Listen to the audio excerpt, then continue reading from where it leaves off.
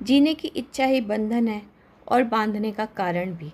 कितनी अजीब सी बात है कि जीने की इच्छा बंधन का कारण है और बांधने का कारण भी जीवन की इच्छा है। बात कुछ समझ नहीं आई। आइए इसे एक उदाहरण से समझते हैं। नदी में पानी का बहुत ज़्यादा बहाव है और यदि कोई व्यक्ति उसमें डूब रहा है और वो अपने को बचाने का प्रयास कर रहा है और वो फिर भी डूब जाए और इसके उलट वह आदमी खुद को लहरों में छोड़ दे, तो वह लहरें जहाँ भी जा रही हैं उसको भी किनारे तक ले जाएंगी। इस तरीके से वही लहरें जो पहले उसे डुबोने का कारण थी अब उसे बचाने का कारण बन गई। मनुष्य हमेशा मौत से बचने की कोशिश करता है और बचने के लिए वो हमेशा डरा डरा रहता है और मोह के बंधनों में बंधता जाता है। जब मृत्यु है ही नहीं तो जीवित रहने का प्रयत्न ही क्यों कर रहे हो?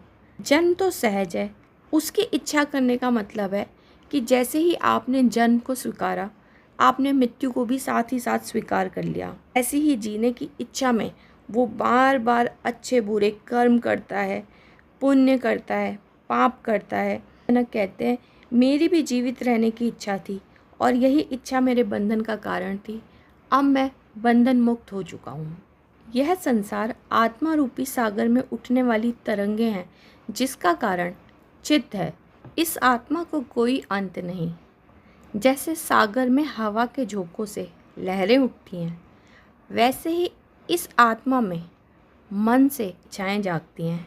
यदि मन पर नियंत्रण कर लिया जाए तो आत्मा की प्राप्ति अवश्य ही होगी। चंद्रमा का प्रतिबिंब जल में पड़ता है लेकिन लहरों के कारण वह दिखाई नहीं देता। जैसे ही लहरें शांत हो जाती हैं चंद्रमा का प्रतिबिंब स्पष्ट हो जाता है।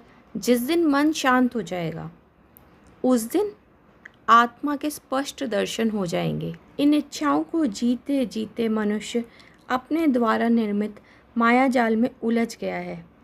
यह जीव निरंतर विश्व के भोगों को भोगना चाहता है। इसकी इस इच्छा के कारण ही संसार निरंतर चल रहा है या यूं कहिए अस्तित्व में है।